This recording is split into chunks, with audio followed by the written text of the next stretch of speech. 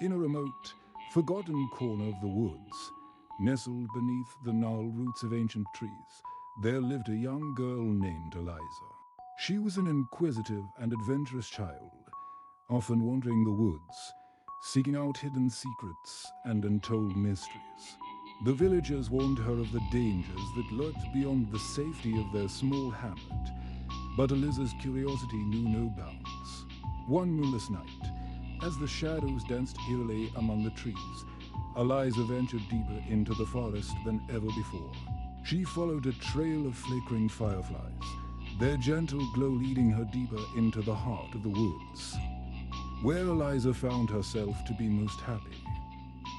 It wasn't long before Eliza stumbled upon a hidden glade, bathed in an eerie, otherworldly light.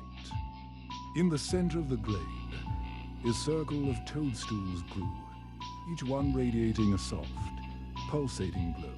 And beknownst to her, this was the sacred gathering place of a peculiar group of gnomes. As Eliza approached the toadstools, a hush fell over the forest. Suddenly, a dozen tiny figures emerged from the shadows. They wore tattered, moss-covered garments, their faces hidden beneath long, unruly beards, and their eyes gleamed like fireflies. These were the gnomes, ancient forest dwellers, rarely seen by human eyes. With a mischievous twinkle in their eyes, the gnomes encircled Eliza. Their leader, a gnome with a long, white beard and a crooked hat, stepped forward and spoke in a voice like rustling leaves. "You have trespassed into our realm, young one. And it just so happens that we're in need of a queen." Eliza was both terrified and intrigued. She had heard stories of gnomes from the elders, but never thought she would encounter them. "I didn't mean to intrude," she stammered, her heart pounding in her chest. But the gnomes paid no heed to her protests. They crowned her with a wreath of glowing mushrooms and led her to a throne made of entwined vines and moss. Eliza hesitantly took her seat, and the gnomes began to dance around her in a strange, hypnotic rhythm. Their haunting melodies echoed through the glade, luring her into a trance. As the night wore on, Eliza's fear began to wane, replaced by a strange sense of belonging.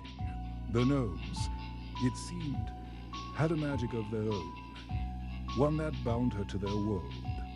They taught her the secrets of the forest, its hidden treasures and ancient wisdom. Eliza, once a curious girl, now embraced her role as their queen, for the gnomes had stolen her heart and soul. Days turned into weeks, and Eliza became more gnome-like with each passing moment. Her hair grew wild and tangled, and her once rosy cheeks became flushed with the color of the forest. She no longer spoke the language of humans, instead communicating with the gnomes through a series of whispers and gestures.